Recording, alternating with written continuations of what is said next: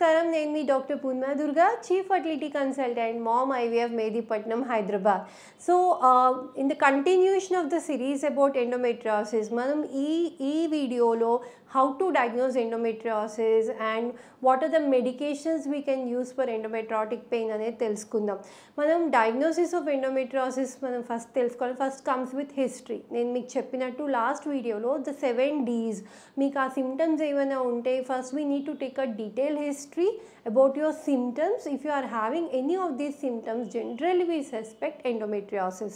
So second important thing is doing a pelvic examination. Generally your doctor will do your gynec examination.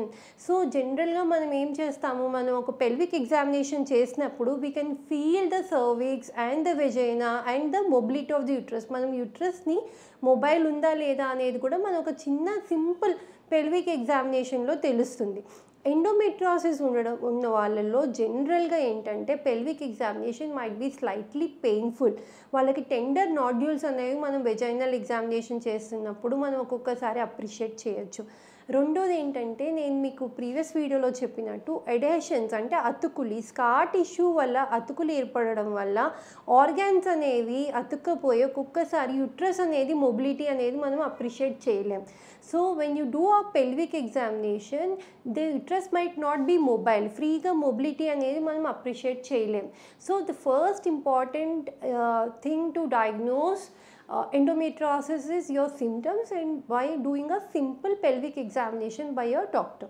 ప్రీవియస్గా ఏంటంటే they use to set that laparoscopy is the gold standard. అంటే మనం laparoscopy camera పెట్టి మన పొట్టలో ఏముంది, గర్భసంచి మీద ఏమైనా ఉన్నాయా, లేకపోతే మన పక్కన ఆ పెల్విస్లో ఏమైనా ఈ ఎండోమెట్రియాటిక్ స్పాట్స్ ఉన్నాయా లేదా అనేది మనం ఓన్లీ లాప్రోస్కోపీలోనే కన్ఫర్మ్ చేసేవాళ్ళం.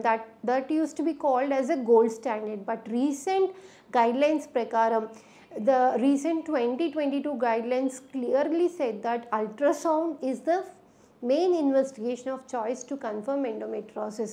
If you have a good ultrasound, oka manchi scan చేయించుకుంటే మనం 90% of the cases endometriosis can be detected. Simple ultrasound lo you can see uterus and you can see the ovaries లో chocolates ఇస్తుంటే క్లియర్గా చూడొచ్చు. And ఎడేషన్స్ని కూడా మనం diagnose చేయొచ్చు. Mobility of the యూట్రస్ని మనం చూడొచ్చు. అంటే యూట్రస్ మొబైల్ ఉందా లేదా, దాన్ని స్లైడింగ్ సైన్ అంటాం అనమాట. జనరల్గా అతుకులు ఉంటే యూట్రస్ అనేది ఈజీగా స్లైడ్ అవ్వదు. సో మనకి అండ్ మీకు రెక్టమ్ ఇన్వాల్వ్ అయిందా, మీ ఇంటెస్టైన్స్ ఇన్వాల్వ్ అయ్యా, బ్లాడర్ ఇన్వాల్వ్ అయిందా కూడా మనం క్లియర్గా ఒక మంచి అల్ట్రాసౌండ్ చేస్తే ఈజీగా మనం ఎండోమెట్రియోసిస్ అనేది డిటెక్ట్ చేయొచ్చు. So friends, first thing is going with your history, physical examination and then doing a detailed ultrasound will 90% of the cases can confirm endometriosis.